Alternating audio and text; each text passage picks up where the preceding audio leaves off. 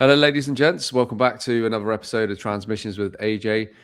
I'm here with an old friend, product of the podcast a few years back now, and I wanted to get the legendary Pete Stone from the Sovereign Project back on because a lot's happened since we last convened. People have grown phenomenally. The Sovereign Project's grown massively, and obviously people are in a position at the moment where they're evolving, like on the inside and on the outside. So I think it's really important to cover today, what true sovereignty really kind of means, because the word's been banded around and the word's been tapped into, and people have been on this on a quite a wild journey really since really 2020. A lot of people, and some people more since. So I think this is a great opportunity to obviously have a deep conversation about like how things have evolved since 2020. But more importantly, mate, obviously I don't want to steal your thunder. Just introduce yourself to the to what is a pretty big fan base, mate. Oh, thank you very much. Yeah, for those of you who don't know me, I'm Sovereign Pete. That's just a nickname. Someone called me that many years ago, and I think what it was is I was doing a presentation at a pub, and someone was talking to me, didn't know who I was, and then they discovered who I was and went, "Oh, you're that the Sovereign Pete who does the common law stuff." I went, "Yes," and ever since then it's stuck. So yeah, it's just a nickname, Sovereign Pete. So yeah, started this the Sovereign Project back in 2020. There was just two of us.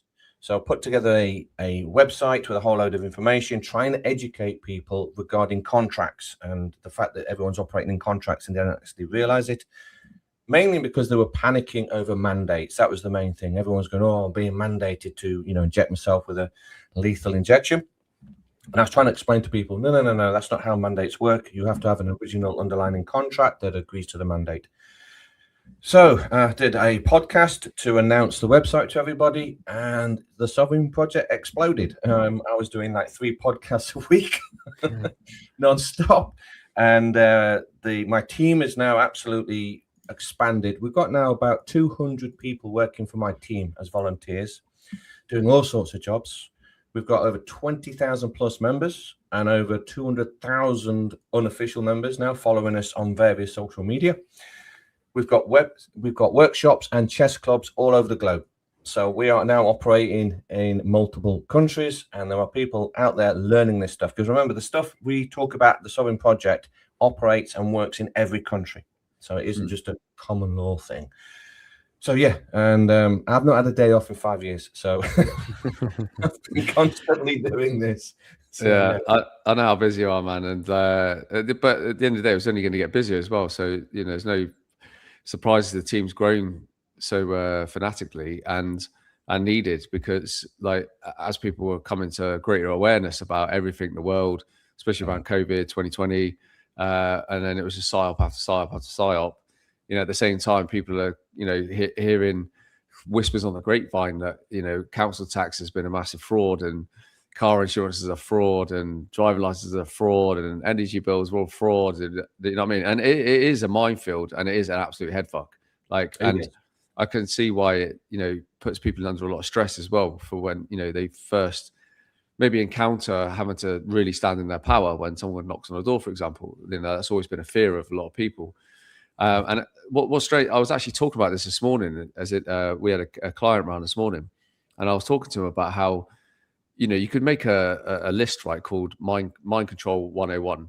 And it's the things that actually, since we were born, that like the majority of people naturally think is normal, right? And a normal way of life. And it's only when we break these chains that we realize, right? And it was things like, got to get a TV license, got to pay council tax, got to get your kids vaccinated. If you're sick, you need to make a doctor's appointment. There's actually like quite an extensive list that you could actually put there. We've all succumbed to at some point in our life, right? And a lot of it comes back to exactly the same stuff. It's all the opposite. Every single one is the opposite of us being truly sovereign. Yes, absolutely. I mean, the main problem that people have is they have the slave mentality. So they think like a slave. They do as they are told, and they don't question anything. So it's like, "Oh, put your mask on," and people go, "Oh, okay, then I better put my mask on." Or "Stay at home, don't leave." "Oh, okay, then." Mm, Well, the sovereign mindset would turn around and say, well, hang on a minute, who says I've got to wear a mask? Who's got the authority to lock me in my own house? So this is mm, where it all begins. You've got to have the sovereign mindset to even have a chance of winning this game. mm. Yeah, absolutely. Obviously, you guys deal with a lot of things, right, and a lot of inquiries, and you get a lot of people knocking on your door asking for help, and you trained a lot of people as well. And so, for the benefit of the viewers and listeners, like, is it right to give like a kind of broad overview of like the main sort of things that you're actually helping people with? Absolutely. I mean, we cover all sorts. We do focus a lot on the mindset because we do find that a lot of people, like I mentioned earlier, just still have that slave mentality. So Mm, we do help them try and break this. That's the key. A lot of people are looking for paperwork to solve their problems, but if you've got the wrong mindset, the paperwork is secondary and it will not work. For example, people will start downloading templates from the internet, not understanding what they mean, signing them, sending them off, mm, and of course it doesn't work. So they blame the remedy. So we help people with a mindset, but also what we are trying to do is explain to people how the system works. Everything that people think they know is wrong. Countries don't operate the way you think. Flags don't operate the way you think. Paperwork does not operate the way you think. Tax does not operate the way you think. All these things, people just assume how it works, but it's all wrong. Politics does not work the way you think. The two-party system doesn't work the way it thinks. You think. So because a lot of people don't know how the system works, they are not in a position to be able to create their own remedy to solve their own problems. And this is where they're going wrong. So we educate people with that. And then we educate people on how to construct their own documentation and to operate in a system of commerce. And we can get into that if you want to know a little bit more about that. yeah. I think one of the biggest things that obviously most people, especially in UK, are battling at the minute is firstly coming to the understanding that council tax is just a massive fraud. It doesn't fund what they say it does. The people who work with each of the departments are part of the system, and the fake courts, etc., etc. Okay. So, I mean, if we were to like just focus on say council tax at the minute, can you give your version of what council tax is, what it isn't, but actually the best remedy for people to challenge it? Because, like you said, there's been a lot of people who have challenged it, perhaps used the wrong methodologies, or have just gone gung ho shooting from the hip themselves, whatever that may be, and come into a lot of like sticky situations, to the point where some end up paying what they're told that's owed, or they just end up going down the wrong avenues, and the universe kind of keeps slapping them in the face a little bit, because then Yeah. because they need to make a few tweaks, that's all. So is it okay just to give an overview, obviously, of the council tax situation and how people can address it for them to suit their circumstances? Absolutely. Yeah, we can cover this. To understand what the solution and the remedy is to a problem, you first have to understand what the problem is. So let's just touch on tax itself, and then we can get onto the council tax. Now, one of the things that people have got to get into their mindset, this is the slave mentality again, is you cannot be forced to pay tax. In fact, you are not forced to pay tax. You actually are tricked into entering into a contract whereby the enforcement of tax is now applied. The difference between force and enforce. Force is a crime. That's like putting a gun to someone's head and saying, you've got to pay me £10,000, and that person does not owe you the £10,000. That's force. Enforce means there's a contract in place that you agreed to, and you actually are obligated to pay the £10,000. Therefore, I can now enforce it, pay up. Now, one thing about tax is all tax, no matter what it is contractual. Now, they will trick you into a contract first. Now, these contracts aren't very easy. Then it's not like you get the tax man knocking on your door. He'll knock on your door and says, do you mind signing this contract and agreeing to pay the tax? This is not how this contract system works. You're actually tricked using language. And part of the problem is that the average person has the mindset that they think they've got no choice but to pay. Now, if you think you've got no choice to pay, then you've already accepted the obligation to pay, and now it's legal that you should be paying it. So all tax, no matter what it is contractual based on consent. And by the way, a lot of people, you probably heard this, if you ask politicians, and they'll say that you are in fact governed by consent. And you've got to ask yourself, well, what does that mean? It means it's contractual. You have to agree to be governed by the government. The government is just a corporation. That's all it is. All it does is it offers a service to govern those who are irresponsible and cannot govern themselves. And that's it. That's what government does. It just offers it's just business. It's just commerce. So anyway, all tax is contractual. Now, another thing about taxes, you've got to understand this. You've got to get this into your mind. Tax has no consideration. Okay. Now, what does consideration mean? If you understand contract law, consideration is what is exchanged in the contract. So if you go and work for somebody, then you are offering your labor to that person. So the person is gaining your labor. And what you get in return is a payment. So you're getting the payment. There's an exchange. If you buy something, if you're going to buy a TV, you get the TV salesman gets the money. That's called consideration. That's the exchange. In tax, there is no consideration. You get nothing. You make the payment, you get nothing. This is what people have got to learn. People have been brainwashed to think, oh, I pay my taxes so that the road should be fixed or my bins should be emptied.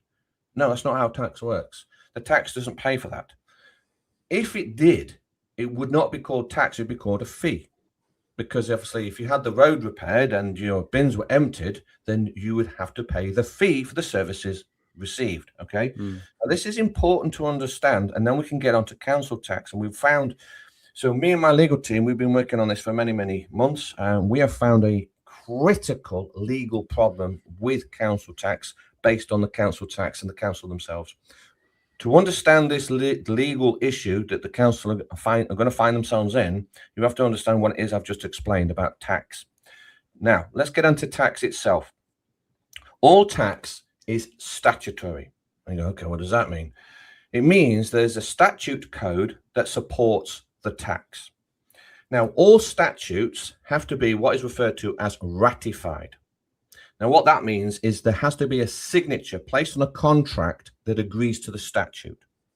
So all statutes are contract-based, which means your signature has to be on a piece of paper agreeing to pay the tax for the statute to be triggered. I'll give you an example. Does everybody have to pay road tax? The answer is no. However, if you are a registered keeper, are you now obligated to pay road tax? Yes, you are. That's the contract. Because what you did is you registered the car. It is now a government vehicle. You've taken on the legal title, registered keeper. That is the contract. That now means that the statutes pertaining to the DVLA are now triggered. They've been ratified. Now they apply to you. Now you have to pay road tax. This is how all taxation functions. Now, let's get to council tax. The problem that the council have is to be able to collect tax, you have to be registered with HMRC. Okay, and there's only about 9 corporations that are registered. You can look them up, you can list them. Now, although the council is not one of those companies, they are allowed to collect council tax only as long as it's ratified. In other words, as long as the person has agreed to pay it, which means they've signed a contract. So they've signed the contract agreeing to pay the council tax. Now, the council has a bit of a problem. No one signed. And because there's no signature, because there's no underlying contract, they can't legally charge you council tax. Can't be done. So what they actually do is they convert it into a private debt for services rendered. Now, remember early on, I said that tax, you don't get anything because in tax, there's no consideration. But what the council are doing is they're calling it a private debt for services rendered. And they're saying, oh, well, you've got to pay for emptying your bins and street lighting and all this sort of stuff. The problem is the council tax doesn't pay for any of that. It's a statutory tax. Now, this is where the legal problem comes into play. Now, we mentioned earlier that the courts are fake and all the summons are fake and all this. The paperwork's not correct. That's partly true. Now, you've got to ask yourself something, is why, if the council tax was a legitimate demand and you had to pay it, why does the council not use the actual court system itself? Why doesn't it actually use liability orders? Why does it not use judicial instruments signed by judges? Why does it not use court-appointed bailiffs? Reason is because they can't. because what they are actually doing is they're using third-party interlopers. So these third-party interlopers are like Bristow and Suter, Jacobs, and all these. Now, with debt collection, you have to be licensed and registered to collect certain types of debt. The lowest of the low debt collectors are what is referred to as private debt collectors. This is what Bristow and Suter do and Jacobs. They can't collect virtually any form of debt, only private. That is it. And they can only collect private debt for services rendered. So there's a bluff. So the council's bluffing to Bristow and Suter and Jacobs. Bristow and Suter and Jacobs are doing, let's just say, I'm going to use the word dodgy, but let's just say the documentation they are using is deficient. All right, I am now going to be using legal speak. So they are using deficient instruments. Now, when you see this documentation and it comes through the post and it says you are summoned to court, in a lot of cases, you're going to see at the top, it says business center, not the name of a court. And you won't have a case number. Instead, you'll have what is referred to as a claim number. So what is actually going on is that these private debt collectors are actually issuing an ADR upon you, which is referred to as an alternative debt resolution. It's private. It's got nothing to do with the court system. The average person thinks that it's actually a legitimate court case going on with a judge and all the rest of it. No, it's not. It's like a disciplinary action. You know, if you've got a problem with your boss and you get called into the office, that's all that's going on. If you look at the documentation, there is no documentation. They will use things like interim charging order. Interim charging order means there's no charging order. They're using a different document until the original charging order turns up. It's all in the language. So what they're actually doing, this is how they get away with a bulk batch processing. We all know this, right? 3,000 people all on the same day in for council tax. You go, how the hell can they do that? They can't. The reason being is it's an ADR process. It's just a bulk listing of a private dispute. A normal court could never handle 3,000 cases in one day with case numbers and the paperwork involved and all the bundles. No, could never do it. So what this means is that the council's been using this dirty trick for the past 20 odd years. So they've been using this ADR process, using these fake summonses, using fake documents like interim charging orders. Yeah, all this is nonsense. They're using legal advisors. Have a look at the documentation. You'll say, well, a legal advisor has looked at your case. And you go, what do you mean legal advisor? No. I need to see a judge who's looked at it. A judge has to sign off, not a legal advisor. So they're doing all this. They do the process, the ADR process. And if you think it's real and you go through to the end, you will lose because that was the mistake. You lost. And then they will use that to try and create actual documents to put attachment of earnings, charge an order on your house, all this sort of stuff, all this nasty stuff. Now, let's get to the end, the kicker. The reason why this is all illegal and very, very naughty. The reason is because Bristow and Suter and Jacobs and all these third-party interlopers are knocking on your door over a council tax debt. But there's a problem because they are just there for private debt for services rendered. That's it. They cannot collect on a statutory tax debt because they are not registered with the HMRC, they're not registered with the FCA, and they're not registered with the CSA. So if you've got Jacobs knocking on your door and that's there for the council tax, you ask them a series of questions. Now, I can't go through all the questions right now because it's a great big long list, but we can get into, we've got a new app that makes this very easy for you. So you switch the app on. There's a whole list of questions. You've got the debt collector there trying to claim this council tax debt. And you record him. And you ask this series of 31 questions. And you go through the list. And you'll say things like, are you FCA regulated? They'll say no. By saying that, you already now know they are not CSA regulated. And they're also not registered with the HMRC. So now you know they do not have the right to collect on a statutory tax. So you go down all these questions, and then you end up, one of the last questions is, are you aware that council tax is a statutory tax? And you'll get them on the phone, recorded, and they're trapped at that point.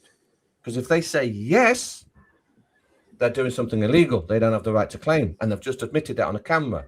If they turn around and say no, oh dear, you don't know what you're doing then, do you? So your whole case collapses. So what we're doing at the Sovereign Project is educating people on this. so you know how to handle yourself. Again, this is a system of commerce. It's paperwork. It's contracts. People have got to learn this stuff. If you learn this stuff, you can defend yourself and you can get rid of these debt collectors. Debt collectors are easy to get rid of. We're now dealing with the solicitors. So we're in the minute. We've got some of our members who are in the process of actually suing solicitors for attempting to put a charging order on their house without the correct documentation to do so. Yeah. This is big stuff. Yeah, I've seen it happen to a few people. Exactly, like, and what I believe one of the actual bailiffs has actually admitted to be using a fake document. He's had to sign an affidavit, hasn't he? Like, because he's put out something like, is it like 8,000 in something ridiculous, wasn't it? Like 8,000 fake documents to people claiming that they owe all this money. Absolutely. They're getting caught out now. So again, people have got to study this a little bit. All right. So, I've just explained it in layman's terms as simply as I can. But if you can learn this, then you can apply it to everything. So it's a system of contracts. It's a system of paperwork. Now, what I want to try and explain to people out there is to play this game. Don't try to challenge stuff. You should not be challenging council tax, because the very act of challenging it puts you in the position of obligation. And once you're in that position, you've already lost. So if you're going to go to court and you're trying to fight over council tax, you're not going to win that one. Because what you're saying is, yeah, you agree that you should be paying it, but you don't want to for these X, Y, Z legal reasons. You're not going to win that. So you don't challenge council tax. You shouldn't do that. All you should be doing is to see if the other side has the correct paperwork to make the claim upon you, which they don't. You challenge the paperwork. You critique the paperwork. So what we're putting together, we've put together a new project called Project Sparta. We've done the first one a couple of weeks ago. 300 people in that. It's a webinar, and it was done on a Monday evening. And we went through this in great detail. Now, what we're looking for is 300 people that can be trained up on this. They know how to handle themselves. They know how to deal with contracts. And then they will help 10 other people each. So suddenly we've got 3,000 people. And then they will get another 10 in. Suddenly we've got 30,000 people. Now this is going to start growing. Now the idea is to create this network, because you're going to be part of this network, tied into the app. You'll have a sign on your front door saying this house is protected by Project Sparta Sovereign Project. So you'll have a sign in the window. You'll have your app ready to go, and you'll be linked with thousands and thousands of other people who all know what they're doing with a rapid response. So we're trying to build this. So if people are interested in doing this, contact us on the sovereignproject.live website, look into this, come along to the actual next one. We're going to put another one. We're going to put another webinar together probably in about 6 weeks' time, because the first one was so popular. We're already getting emails saying, we want to do another one. We want to do another one. So the idea with this is, if we can get this going, if we can get this to start happening, and people have got to get involved. Don't just sit back and wait for it to happen. Get involved. Get involved. Get involved. Start educating yourself. Educate friends and family. Get more people involved. Because once we've done with the council tax, guess what we're going to be doing next? Everything else, which will be like car tax. It's going to be income tax. It's going to be everything. It's going to be VAT, the lot.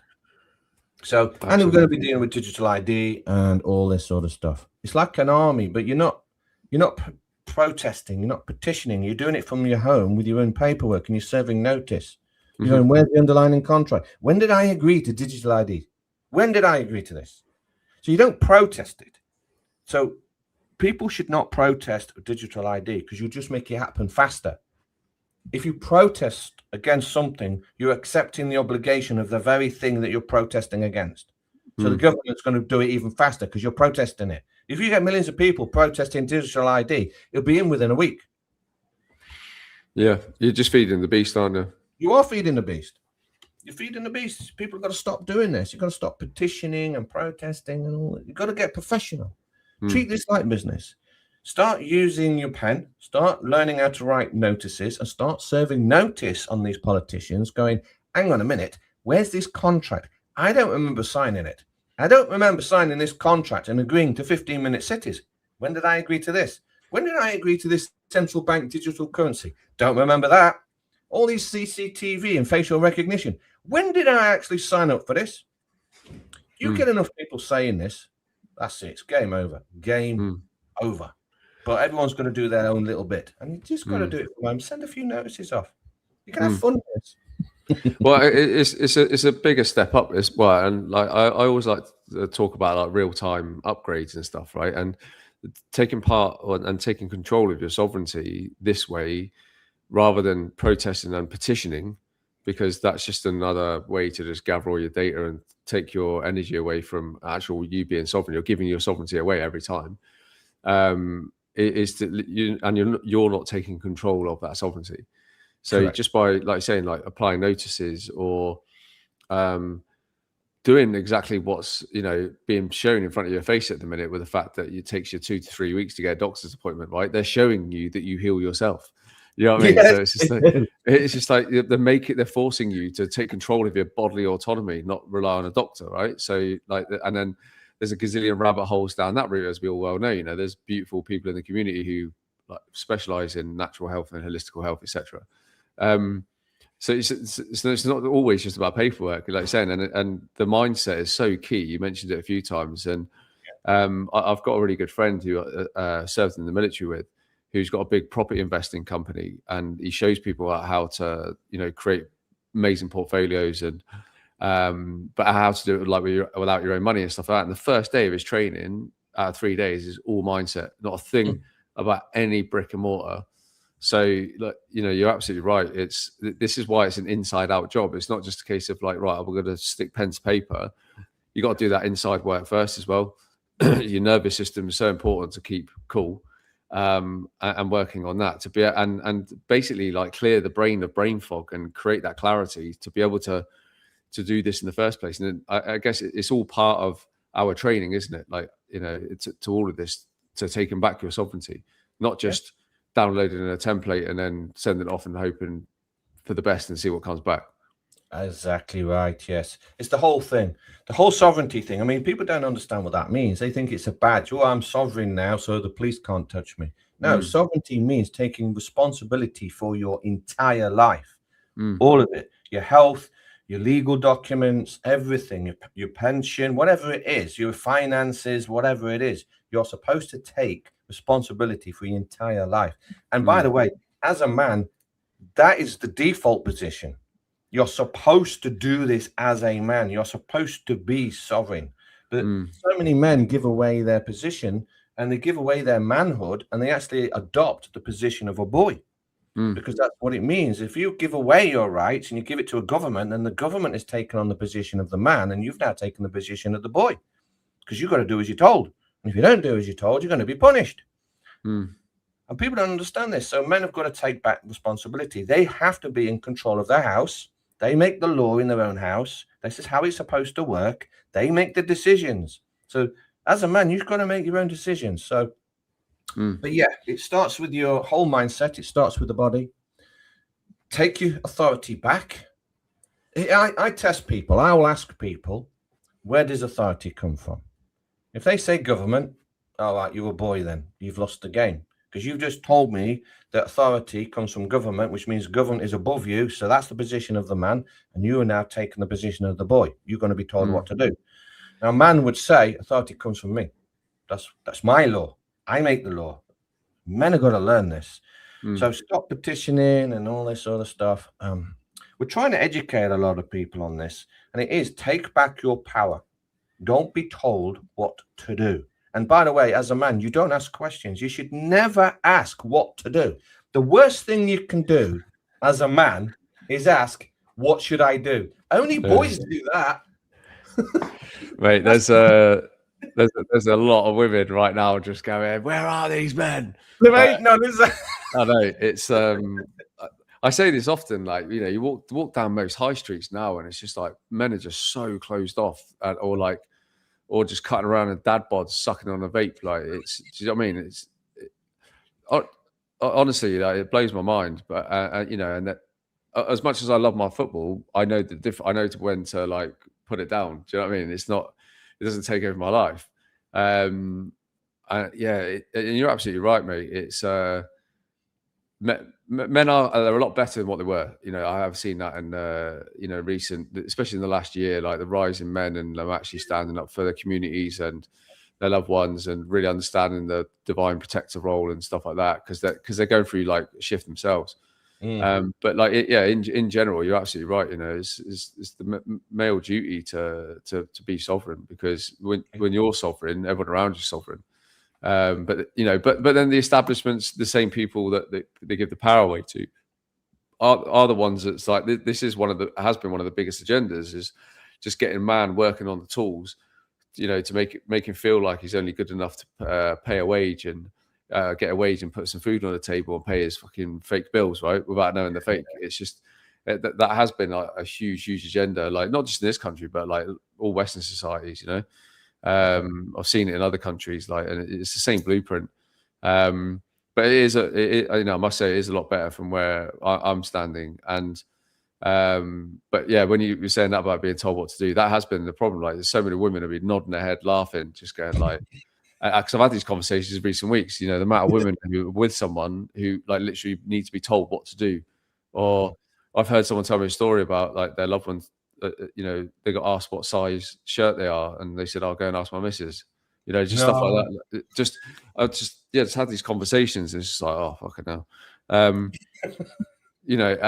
But from a kind of spiritual aspect, in a lot of the stuff that we teach and we see, there's this is why the female has not been allowed to like have room to like proper stand in her goddess sovereignty, because they've been having to play the part of the man in so many households.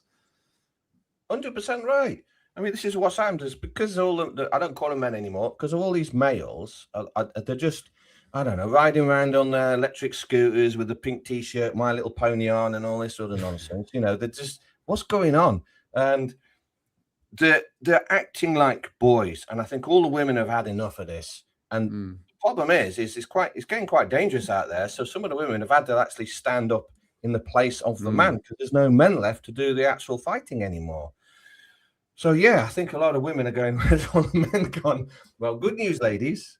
There's a lot of them in the Sovereign Project. That's where you'll find them. Because they have no need for government. They do not want to be governed, thank you very much. And they are responsible, and they've taken back their sovereignty and their authority, and they know what they're going to do. So yes, you've got to, as a man, the default position is that of sovereign. Now, the thing is that when a man is sovereign, he actually offers protection to women and children. And that has been lost. I mean, we can touch on this patriarchy thing. People don't understand what a patriarchy is, right? I know in the mainstream and the feminism and all the the mainstream media and all the propaganda will say things like, oh, the patriarchy means all men in charge of all women. No, it doesn't mean that at all. That's complete nonsense. Patri means father. Patriarchy actually means protection of the father. That's what it means. So it means that the father holds first position of his family. And he has basically pledged that he will die protecting his family, which would be his wife and children. That's what it means. So to be in a patriarchy means that the women and children are actually protected by the father. So all this about patriarchy, people don't know what it is. They're up in arms. Or no, it means men in charge. It doesn't. It means a father being able to protect his wife and child, his family. Now, what has happened is, you probably know this, is that about state marriage, that men have been tricked into marrying the state. So they marry the government. So they're not marrying the woman. So they marry that's why it's called state marriage, by the way. So you get a marriage license, which means asking permission to marry the state, and then you marry the state, and you've actually entered into a three-way corporate merger. So this is all tied into the birth certificate. Don't need to go too deep. I think your audience knows all about birth certificate anyway. So you're in a corporate merger, but what this does to the man is places him in a very low position. He's now beneath the state. The state's taken the first title. The man has now taken the third title because the woman has taken the second title. This is why in a state divorce, the woman gets the house and the woman gets everything, because she's taken second title and then the man is third title. Now, it gets worse than this, because if you then register any children and you register the children to the state, the man is pushed lower down the list. So he's now fourth. So if you register your children with the doctor has a higher position than you. So you're now 6 on the list. Then if you register your kids with the school, headmaster gets a higher position than you. Now you're on 7th on the list. Now the problem is, because you're so far down on this list as the father, and you're down at the bottom, you can't protect your kids anymore. You can't protect your wife. Now social services can get in and take your kids, and there's nothing you can do. And if you try and stop it, you'll be arrested for interfering in commerce. So I think a lot of people, or men, are realizing that getting married is not a very good idea. But they don't understand what they've actually done. This is the problem. They're blaming marriage, and they go, no, you've made a corporate merger with the state. That's called state marriage. It's completely different. What you should be doing is what is called a patriarchal marriage. That's what they should be doing, where the marriage is conducted under the authority of the man. I mean, we don't have time to go into all of that tonight, but this is something else that we're offering our members. We educate people on this. We tell you how it's supposed to work. We tell you that you're supposed to make a name for yourself because you're using a surname.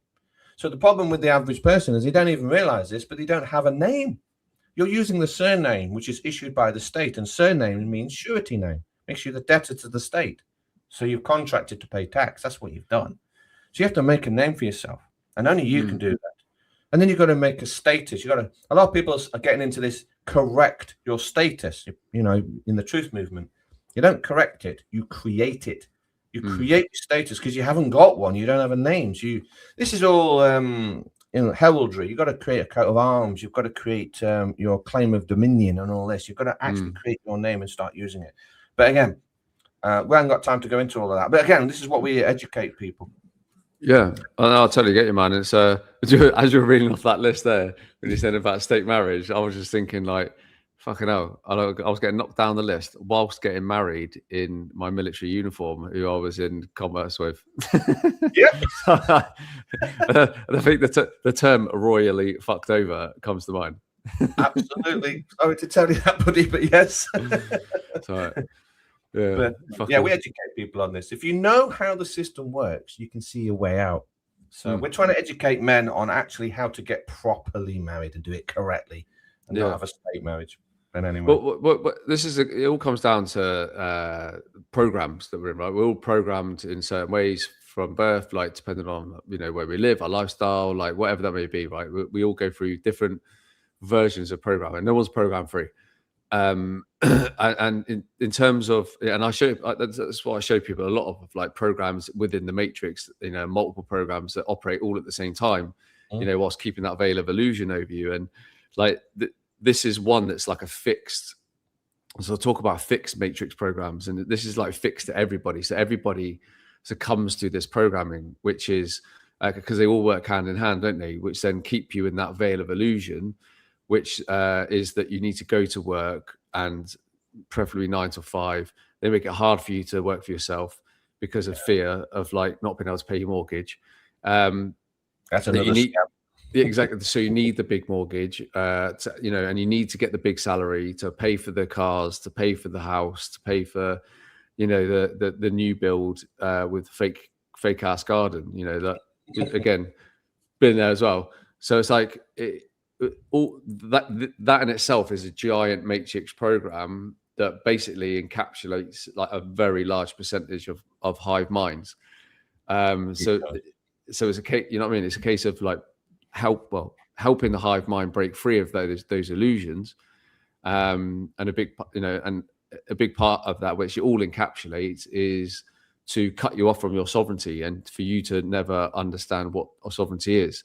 So it's like it's a double-edged sword, isn't it? It's like cut off your sovereignty, but also cut off your spirituality. So it's like it's disconnecting you at crown source. Yes. And again, closing the heart, which is the sovereignty side of it, right? Yeah. And again, we just literally talked about it, like the men. The job that's been done on closing the hearts of men, so they never live from the heart, has been huge. Yes. And these big programs literally work in unison with each other. Bomb, bomb, bomb, bomb, bomb. And when you can see the programs, you can see the algorithms, you can fucking just see how it all. You can see it's literally like codes in the matrix. It is. It is like the matrix. You swat it away. I know that. I know that scam. Go away. Go away. Yeah. But everyone says like, what's the meaning of life? Well, I say there's no actual meaning to it, but you're supposed to give life meaning.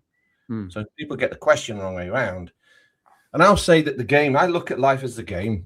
So I was talking about this the other day, actually, with a group of friends. They're thinking about, well, what happens after death and all this sort of stuff. Sometimes we have these conversations. And I says, well, I look at the universe like it's giant arcade. Mm. Yeah. And so I see all these planets. And so in my spirit, I thought I'd walk into the arcade made by God and say, hey, God, how you doing? I fancy playing one of these video games you've got. And I was looking at all these video games, and I did see one, and I liked the look of, and it was Planet 007. I thought, oh, that game sounds really fun. I play a secret agent, and I drive Aston Martins all day with lovely ladies. I thought, I'll put my quarter in. And then I was born, and I ended up on Planet Retard. So I'm not happy because this is the wrong game. I didn't pick this one. Now I'm stuck here for 100 years. I've got to play the game. So I've got to play the game. So, okay, what's the nature of the game on Planet Retard? Well, the game is don't lose your sovereignty. Don't become stupid. Don't do anything stupid. Don't go down the rabbit hole and give away your sovereignty. Because the thing is with this game is that if you lose your sovereignty and you get to your 100 years, you got to start all over again. You get born again. It's like that. You've seen that the meme of the grumpy baby. It's just been born. And he's got this grumpy look. And he's like, oh no, not planet Earth again. So I'm going to win the game. I've figured the game out. Keep your sovereignty. So after me 100 years or so, I'm going to go on to Planet 007 because I think that's going to be a fun game next. 100%, mate. Golden Eye all the way. That's right. That's what I want to play. I'm going to have words with God because I want my quarterback. And this is the wrong game. I didn't pick this one. I totally get it. I have these conversations all the time, and because it literally is a game, and I talk about it all the time. Yes. You are the main character, and just like they show in the Truman Show, like everybody is Truman in their Truman Show. Like, so you go through all these phases of like awakening, and then they suddenly realize the world is bigger than what you've been led to believe, which is what we've again been brainwashed into. And as soon as that hyper awareness starts expanding, like all the other things start becoming like into your reality. You start to see patterns and everything, like Truman does, etc., etc. And then you realize like you are the main character in your game. Everybody else is technically a background character who are there as either like mirrors or lessons or subtle little teachings that you need to constantly level up if you can see it, right? Or or you let the game gobble you up and you're never getting to your 100 years. No. And you never get into look at what's next or level up, and that's literally the name of the game in essence for us all to navigate through, because like you're saying, once you played that token, oh fuck, I'm actually on this Planet Retard, you call it. You're not getting a refund. No. So you might as well turn around with a big like that, the middle finger to the game and go, do you know what? I'm going to absolutely rinse you now. I'm going to rinse you and get my money's worth and then some. Yes, absolutely. On that note, one of the things I actually want to talk to you about, which is in terms of beating the game, is you guys have been doing a lot of work with farmers, and obviously we've seen the farmers' protests. We've seen so many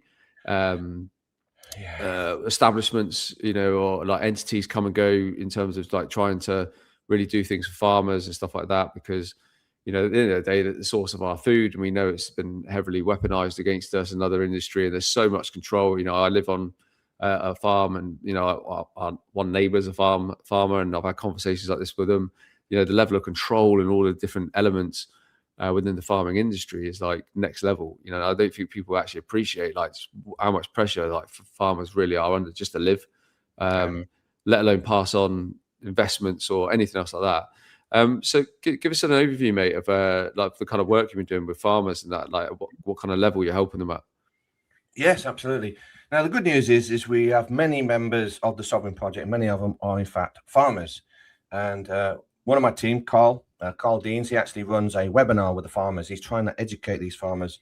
Now, it's quite surprising the amount of farmers who operate farms, which is a business, but they don't understand business. They don't understand contracts. They don't understand actually what's going on. So what Carl does is he's educating these farmers to get them up to a level to become businessmen so they can actually handle their affairs correctly. Now, regarding this whole thing with the farmers, it is so easy. This thing with the farmers is so easy to topple. It can be done in a weekend. That's how simple it is. If the farmers wake up, that's the key. Because at the minute, they are protesting. They're protesting over something that doesn't even apply to them. That's the trap. This is how this game works. It's like snakes and ladders. So, as you go up the ladder, you're doing really well, and then you protest against something that you're not even obligated to do, and then you slide down the snake and you're down to the bottom again. You don't protest, you don't petition. If you do these things, you're accepting the obligation that is being applied to you. So it's even worse for petitioning, because if you petition, you're actually signing the contract and agreeing, because what you do is called the devil's contract, which is the 3 score. If you give away 3 bits of information to somebody, especially in a form, you're the informant, by the way. If you do that, it means you're informing on yourself. You inform. So if you give away 3 bits of information to anyone with a form, you're contracting with them. So if you fill in a petition, they'll ask for your name, address, date of birth, something like that, and then you'll sign. That means you've now agreed to the obligation, and now you're petitioning against it. You've already lost. I won't go too deep, but the government actually securitizes those petitions and makes a lot of money on them. They actually sell them to the banks, but that's another story. Now, these farmers, all they've got to do is ask to see the underlying contract. That's it. Because they're all saying, oh, I've got to pay this tax. And I'm just explaining to everybody that tax is, in fact, contractual. You've got to learn the game. Now, let me just explain something about position. This is another thing we're trying to educate people, is you've got to know your position on the game board before you can make your move. So we educate people on something we call PJCOD. So PJCOD, it's an acronym. So that means position, jurisdiction, cause, obligation, and duty. Most people are fighting over the obligation part, but you've got to know your position first. If you know your position, you can ascertain the jurisdiction. Once you can ascertain the jurisdiction, you can then look at the cause, like why is someone making a claim upon me? Once you look at the cause, you're going to say, well, I need to see evidence. I need to see the actual underlying contract before I even discuss the obligation. So that's PJ cod. If people can't remember PJ cod, think of cod as a fish and a fish wearing some pajamas. So fish wearing pajamas, PJ cod. You can't forget it now.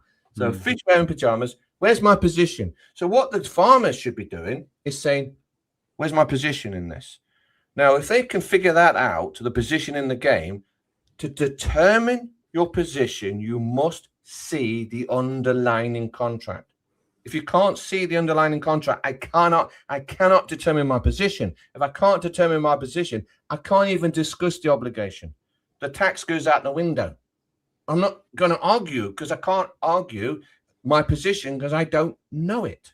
What all these farmers have got to do is say, look, this tax stuff, we know it's contractual. You can't be forced to pay tax. We know this. Therefore, we do need to see the underlying contract that determines our position. We can see whether or not we're obligated to pay it. Checkmate. Game over. Farmers won. It's that simple. And they are holding all the power because they're the ones who make the food.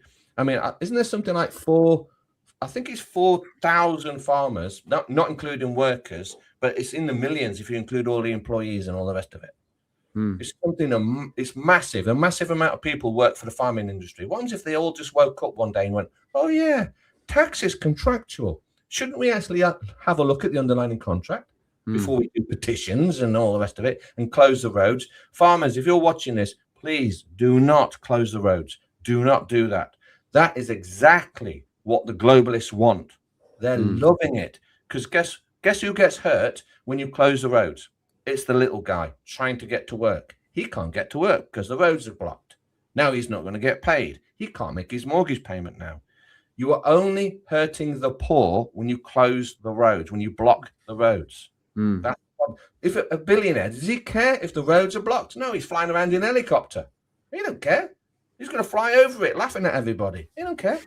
Billionaires don't care. Multi-millionaires don't care. It's the poor people trying to get to work.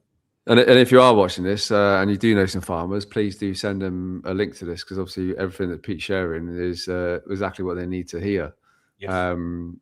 We know a lot of farmers and people within the industry as well, and I'm sure they'll share this out far and wide. And it's we've seen and we've learned so many truths about the world and stuff like that, but the end of the day, we still eat every day. You know, like we all seen the videos or made videos about how piss poor the products are in the supermarkets, and everything's laced with seed oils, and you know, it's all designed to keep our vibration low and keep us sick, right?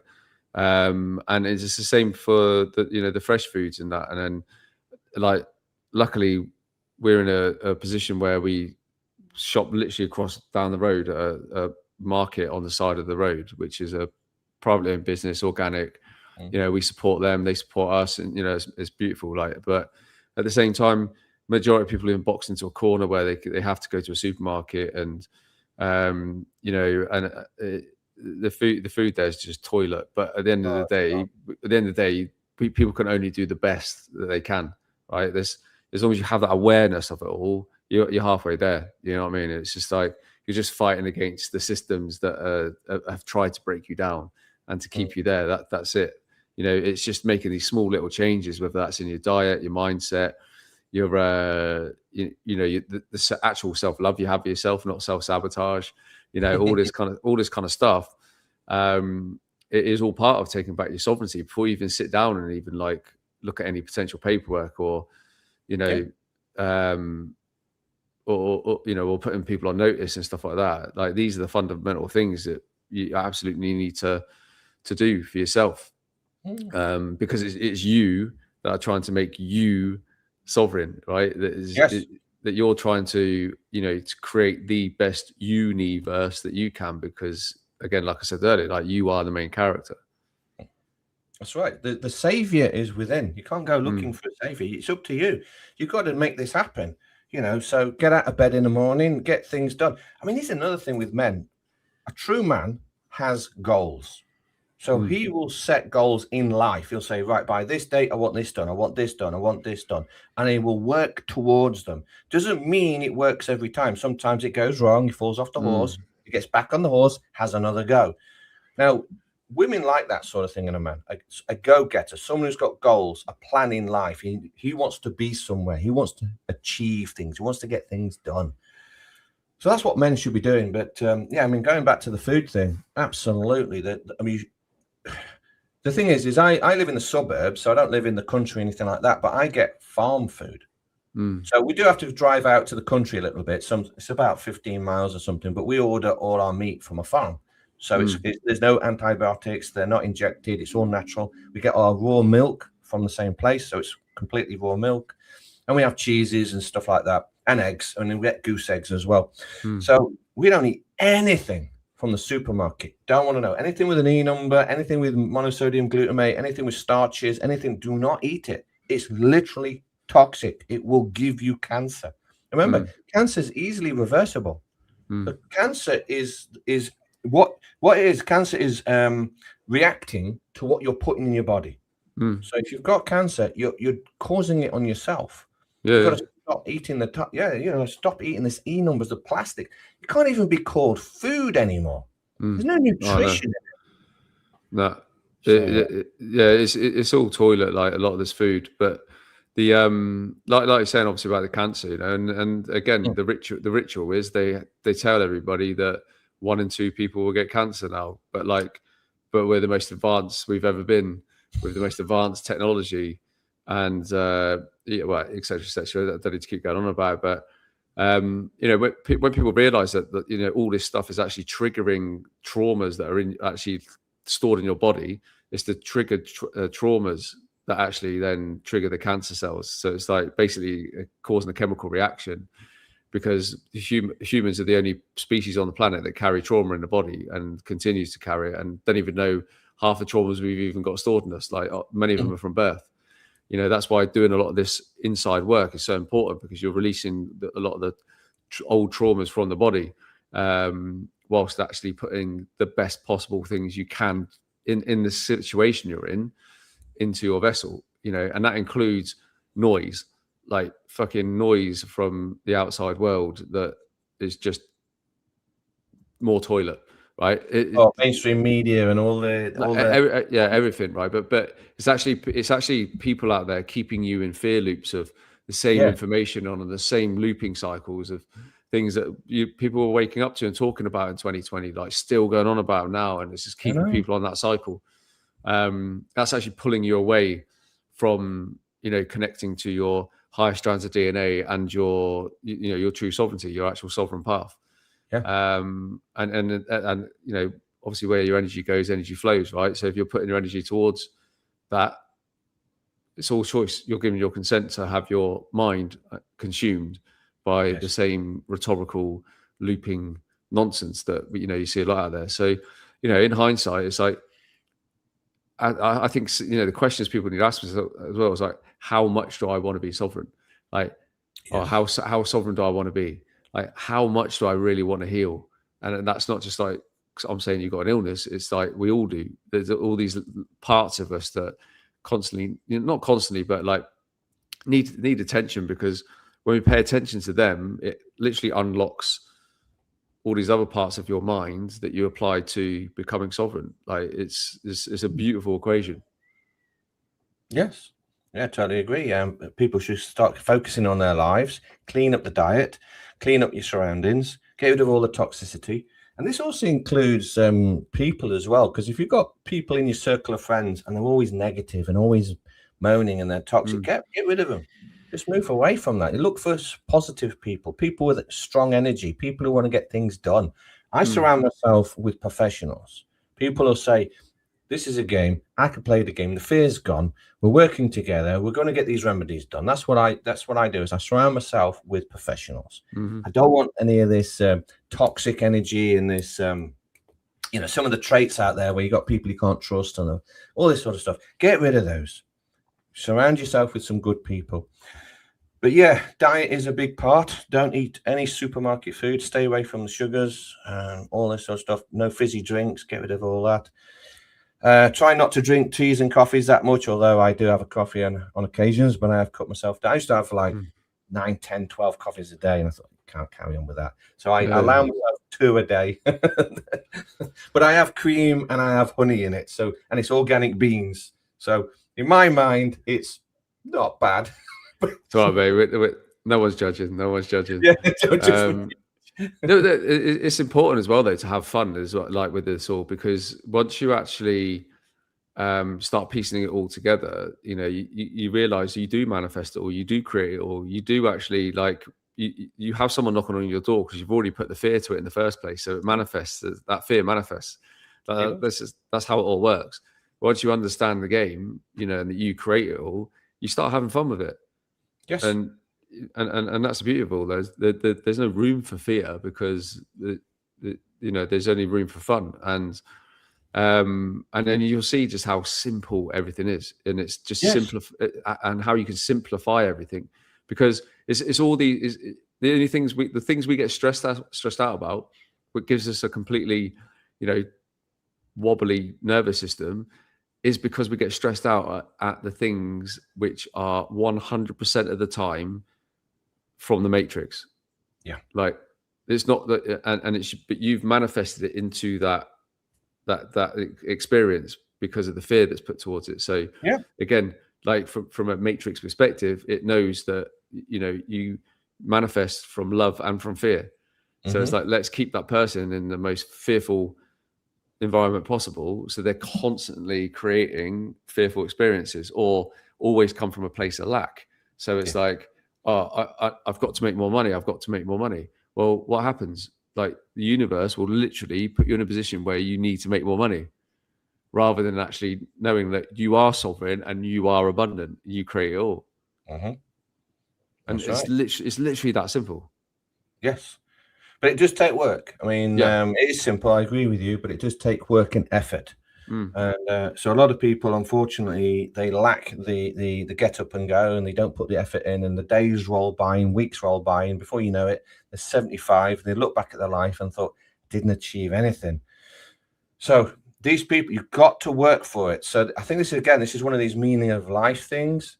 So you will be rewarded as long as you work for it. You're going to put the effort in, and make it happen. Don't wait for it to be happen. Too many people are waiting for a savior. They're waiting for this storm to go away, and it's not going to. But going back to the anxiety that people are under and the fear, And it's twofold. I mean, you are right that it starts with the food. So you're eating food that's high in sugars, in E numbers, and all these chemicals. And what this does is it causes like mental imbalances. So it will give you anxiety. This is the only way that the brain has of telling you you're doing something wrong. It can't speak to you directly. So what it does is it will give you depression and anxiety, bipolar. You'll get all these symptoms because the brain is screaming out at you saying you're poisoning me with all this stuff that you're eating. Now you're in a very weak state. And then the mainstream media comes in with the fear porn, all the mainstream media stuff, all the wars that are going on. And then that is designed to crush you even more. So you're hammered down, you're feeling depressed, you're absolutely smashed down into the ground. The mainstream media is crushing you again. And a lot of people do struggle to get out of that pit. But you've got to do it. You've got to claw your way out, and you've got to stand your own ground, and you've got to walk this path. You've got to do it. That's the meaning of life stuff. So that's the best I can say to people. You've got to try. Yeah, no, you're absolutely right. And we've only ever been brought up by the feeling of like needing to look to somebody else for the answers. That's why the prime minister's always stood up on a podium. That's why and I've always said, like, when have you ever seen a prime minister or even a politician that's got a big chest and a like kick-ass beard and like a chiseled jawline and some like a set of guns in them? You never will, because they want the population to think that they are authority, and that's what men of authority look like, and to normalize it, right? And it goes hand in hand with what you're saying. We don't need to look to any of these people. It's even like, I look at people shouting on Twitter like they're running for the next election, like Ant Middleton, for example, ex Special Forces lad. Constantly going on about, I'm going to be the next London mayor. But like, why are you trying to get people? Why get people excited about something that's not till like 2029 or whatever? Like, do something about it now.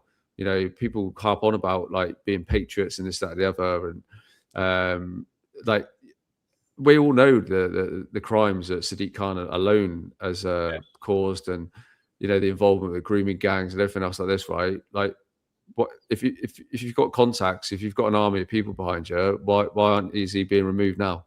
Why, again, it's getting people to give their sovereignty away by looking towards another election, looking towards another protest, looking towards another group of people to fix their gaze on, and wait, hurry up and wait, as we used to say in the military.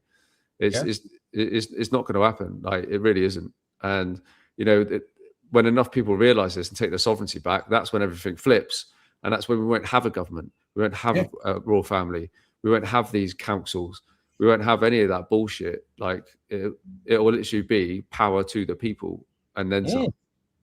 Absolutely correct. That's what men are going to do. Here's the thing. A lot of people don't know what political power is. Political power is men giving up their sovereignty to a group of politicians in government. That's the power. But if all the men says, no, I don't need government, thank you very much, there's no contract anyway, bye, offer declined, then government shrinks, it evaporates, it just goes away. And so does the taxman, and so does the council, and all these, it all goes away. So that's what actual political power is. It's men giving away their sovereignty and handing it over to people in government. That's what it is. You've got to take it back. I don't know if there's enough men left to do that. I'm hoping there is. And it can be, you don't need to fight in physical fights. I mean, I don't want to try saying, oh, you've got to go around killing people or anything like that. In fact, I'm trying to avoid it. I'm trying to do this in a peaceful way. So if everybody used their own sovereignty, used the paperwork and just served notice, then this whole problem just evaporates. It goes away. They shrink. It's like the message in The Wizard of Oz. Everyone was scared of the Wizard of Oz, the booming voice and the smoke and the mirrors and the hologram.